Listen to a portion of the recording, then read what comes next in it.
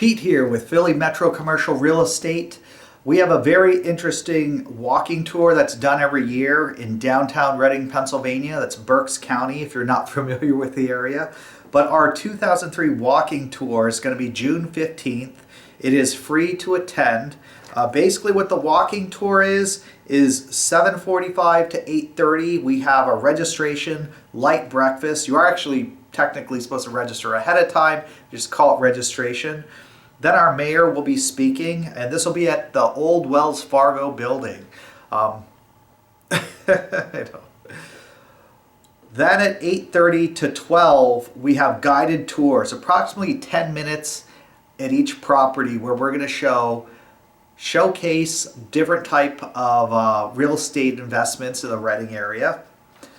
And then 12 o'clock, we have a lunch and economic development at Skyline Cuisine Bar, right next to the old Wells Fargo building. So it's a great opportunity to check out different type of investments in the area.